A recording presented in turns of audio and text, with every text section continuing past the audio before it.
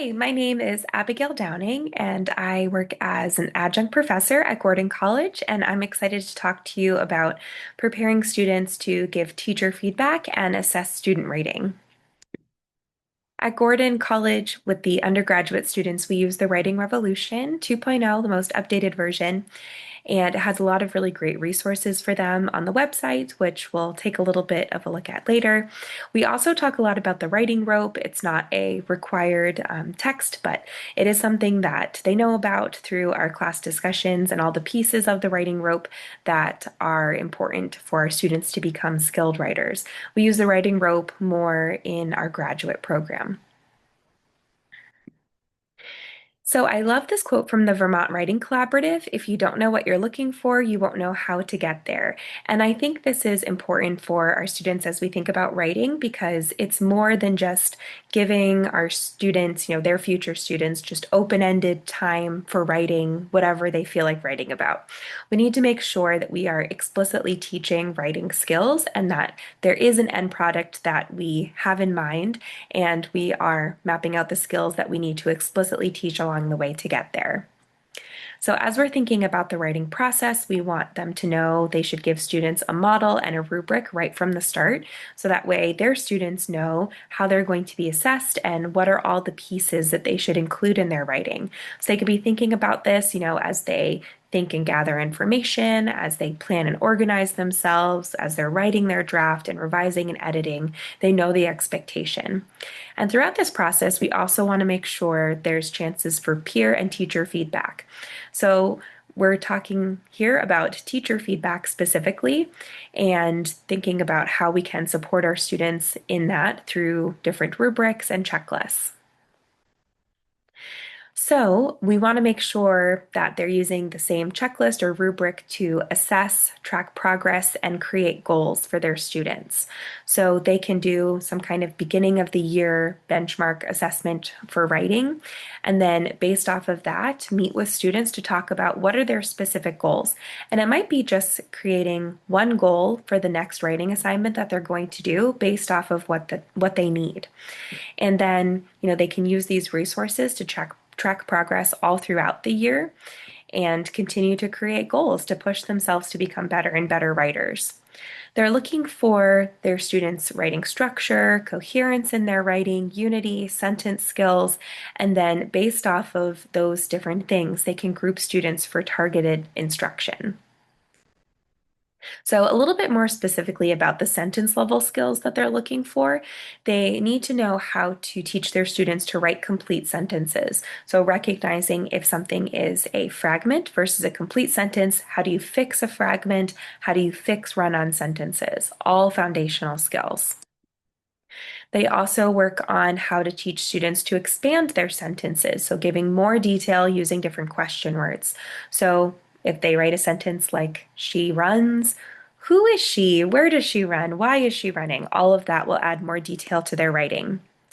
They need to know how to teach their students the 4 basic sentence types. So they need to make sure that they are confident in them themselves, so that way their students can learn them and use them as topic sentences for paragraphs or to add more variety to their writing. They need to know how to teach using compound and complex sentences. From a young age, students should be writing compound sentences, and this is a great way to also teach additional punctuation marks, like how to properly use a comma in these different kinds of sentences. We also talk about adding appositives to writing. Appositives are something unique about writing. We don't often use them when we're speaking, and so they need to be explicitly taught as a sentence writing skill. So in the sentence, my husband, a school counselor, works at the middle school. A school counselor is the appositive. It's giving more information about the noun right before it.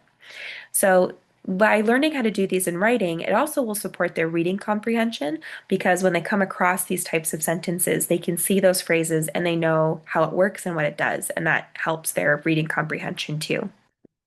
Finally, we want them to make sure that their students are fluent in transcription skills that are so important for writing.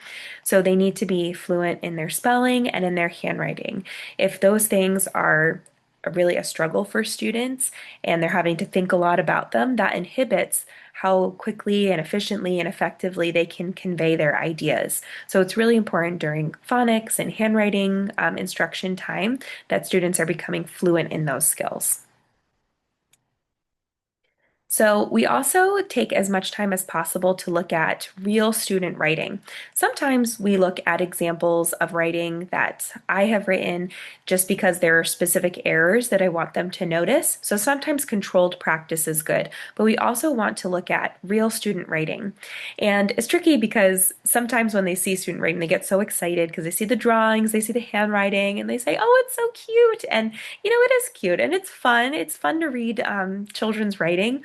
But we also want to push them to look at it a little bit deeper. Look beyond just the spelling and the handwriting and think about these other writing skills that they need to have and how we as teachers are going to push them to become the best writers that they can. So for this writing prompt, I rewrote it at the top because it was a little hard to see. It was cut off. Think about a time in your life when you were very happy. Draw a picture and write a story about that very happy time. And this student wrote, "I am happy when I swim." So we can see there are a lot of strengths here. So some of the strengths are knowing when to use capital letters. So they know the beginning of a sentence and the word I are both capitalized. They have ending punctuation.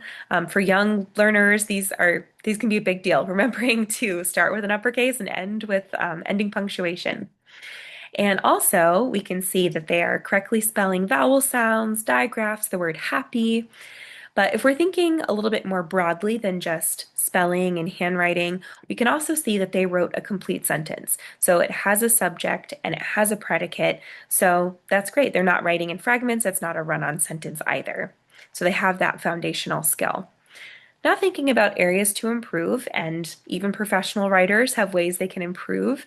So we can see um, right away that there's some letter formation, like the H in when looks a little bit like an N. So working on handwriting, spelling with blends. So in swim, we know it should be SW and not SC, so a phonics skill. The spacing could be a little better. Some words are fairly close together. So those might be things that students initially notice about this writing as things that need to be fixed. But we want to push them to think past just spelling, just how the letters look.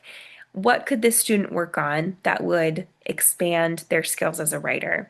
And what they could do is expand the sentence. So tell a little bit more about swimming. Where do you like to swim? Who do you like to swim with? I see some other people in the picture with you. So if we're thinking about the next lesson to teach this student, we would want to work on using question words to expand their sentences. They have the foundational skill of writing a complete sentence. There's some spelling, some letter formation skills that they'll also work on during their phonics time. So when we're focusing on writing, let's focus on having them tell more information. So we're going to take a look at some checklists and some rubrics that are based off of resources from the Writing Revolution. So if you go to their website and you click on the book resources at the top, you'll see all these wonderful free resources that your students can also use or you can adapt for your own purposes in your classes. So here is an example of a checklist. This might be too much information for some students. You might only pick some of these areas to focus on. And then throughout the year, add on more pieces that you're checking on to give feedback as the teacher. But giving students these questions to answer so they can be looking for what you're looking for is very helpful so they can check and make sure they have all these pieces. And then this is an example of a rubric that we've adapted for you all that addresses topic sentences, detail sentences, concluding sentence, spelling, syntax, and conventions. And you can see along the top there are different categories. So for an exemplar writing, skilled writing, proficient writing, targeted instruction needed. So that's great for us to know as teachers that, we want to be pulling them for a small group in one of these areas. Continue to provide instruction or provide instruction or intervention. So let's take a look at an older example with some longer writing. This is still the same prompt. So think about a time in your life when you were very happy. Draw a picture and write a story about that very happy time. The handwriting is very small, so I typed it again for all of us to see a little bit easier, but I kept the same spelling and punctuation that they used in their original writing. In my life, when I was very happy is when I went to Ethiopia with my family to visit my family there. But I didn't know anyone there and it was weird. Then I played with the children and I got used to them. Then at my house, they come for a sleepover every day to support us for cooking and learn the environment there because we live in a different state. Then all of us came to my grandmother's house. We had a sleepover at my grandmother's house and the best day ever. So if we were using this checklist to give feedback to a student, we could check off yes or no. Do they have these different pieces that we're looking for and make some additional comments? So yes, there is a topic sentence here. In my life, when I was very happy is when I went to Ethiopia with my family. It directly answers the question about a very happy time. They just need to edit the word order. Does it have a concluding sentence? No, but they do talk about best day ever, which I think is tying into the very happy time of the prompt. So if they expand on the best day ever and make it its own sentence, then they could have a conclusion sentence there. Does this writing sample contain complete sentences? Yes. Does it contain run-ons? Yes, sentences 5 and 6. So if editing run-on sentences is something that they have been explicitly taught, then the student could go in and edit this themselves, or they may need some support with it. Does this sentence contain fragments? Yes. So sentences 2 and 3 are fragments, and so if they know how to fix a fragmented sentence, then they could edit this on their own. If they don't, it's something that they'll need, small group support with. Does this sentence contain complex sentences? So it's asking specifically about conjunctions. So yes, it has some conjunctions. There is a compound sentence in there, but they could use more variety with their conjunctions, so using more than just and. Does their paragraph contain detail sentences, at least 3? Yes, it does. Does it have transitional words? Yes, but they use then over and over again, so another place where they could have some more variety in their writing. Do they stay on topic? Yes. Does it contain relevant details? Also, yes. Perhaps the part where it talks about I didn't know anyone and it was weird. It's still talking about the best day ever, or a very happy time, sorry. So it's part of the topic, but it's not the most relevant detail because we're trying to talk about a really happy time, and talking about feeling weird and not knowing anyone doesn't really fit with it being a happy time. So that might be something that was true, but not something that we want to include in the story if we're trying to tell people it was a very happy time. Does this contain repetitions? No, it doesn't. So this is one way you could give feedback to a student. Let's look at this same piece of writing with the rubric. So if you were assessing and evaluating it as a teacher. So sorry, something else to think about that we push our students to think about too is after evaluating the writing with a checklist or a rubric, what would we teach this student next? So they are still working on some foundational skills of writing complete sentences that aren't fragments and are not run-on sentences. So we'd want to address that first.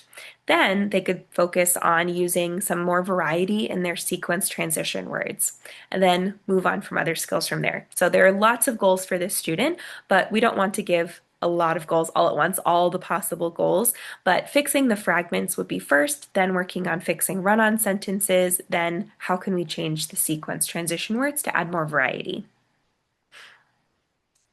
So let's look at this same piece of writing with the rubric now. So if you were using this as an assessment, maybe also for a grade, how would we assess these different sections? So for the topic sentence, this would be a 3. So proficient writing, the topic sentence is a general statement that introduces the topic and addresses the prompt. The word choice is functional. That's all true, looking at the content of the topic sentence. Are the conventions perfect? Is the grammar perfect? No, but that's going to be addressed in a different part of the rubric. So we're thinking about the content here. Now thinking about the details where they talk about playing with other children, having a sleepover, visiting their grandmother's house. The details do not all of them, clearly support the topic sentence. Some lack clarity, focus, accuracy, and or development. So they could have added a little bit more, made it clear how playing with the children made it a happy time, or adding clarity to the run-on sentences. Some of the ideas are melding together in a confusing way. Then it talks about how details lack variety of sentence structures. That's true. It's mostly simple sentences here. They could have used more variety. The part about it not being sequenced in logical order, that's not true for this story. This is sequenced in a logical order, but many of these other components are true for this piece of writing. And then finally, the word choice is simple. Looking at the concluding sentence, we would say it's absent or incomplete. They have, the best day ever. It's getting there. They're trying to wrap it up in a way that's connecting to it being a very happy time, but it could be its own true, complete sentence. Now, thinking about spelling, we see there's lots of spelling errors here. You could do a more in-depth analysis of this, especially with more of a phonics focus, but there are many times where they are adding silent E's where they don't need it, but oftentimes they are hearing the sounds and using the incorrect spelling for it. Like if you look at the word used, like I used to do that, we know that ed sounds like t there, and then U, the long U sound there does have the U, so we can see why they chose a Y and a U, but they're not correctly following all the right spelling patterns. So spelling errors indicate underdeveloped awareness of phoneme sequence or identity. Now, when we're thinking about syntax, you can look more in depth at the Massachusetts standards to see more specifically for this grade level what is expected of them. But something to keep in mind is that linguistic variation due to dialect should not be considered an error. So you can read more on this rubric yourself to see exactly everything that's spelled out there. But we know that students need to have syntactic awareness of their own dialect and how it's different from academic English, which is what we are teaching in these writing responses. This is more formal academic English here. So we'd want to hold them accountable to learning those skills and practicing them in their writing. But using a different dialect is not something that should be considered an error. Now, finally, looking at conventions. This paragraph demonstrates a lack of control of conventions. We can see that punctuation is used, like ending punctuation is used in places that don't make sense. We're missing commas. The capitalization isn't where it is supposed to be. So there's a lack of control of conventions, and frequent errors make comprehension difficult. So the first time that I read this with the ending punctuation being in wrong places, it was a little bit confusing, but having practiced it, I was able to read it. For you also, maybe it made more sense. But the first time reading this on your own, it is a bit confusing because you're trying to figure out where phrases actually and ideas actually really end. So we also want to look at these types of skills. So analyzing student writing with checklists and with rubrics with more than just one student at a time. So we might start with one student sample, but we also need to apply this to what if you have a classroom of students. So this is another place where we reach out to teachers to collect some examples so that students can have practice sorting a whole class's worth of writing on the same topic, on the same prompt.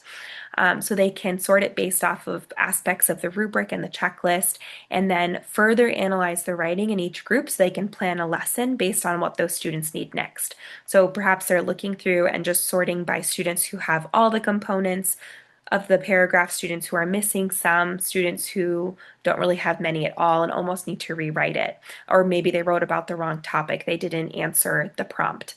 So based off of those general groupings, you can look even more in detail and plan further lessons. So this is something that we practice with students as well, and will help prepare them to be excellent teachers of writing in their classrooms. So I hope this was helpful for you all. Through these resources, we're able to help our students explicitly teach their future students how to be better writers and to give specific feedback to help them develop their writing skills.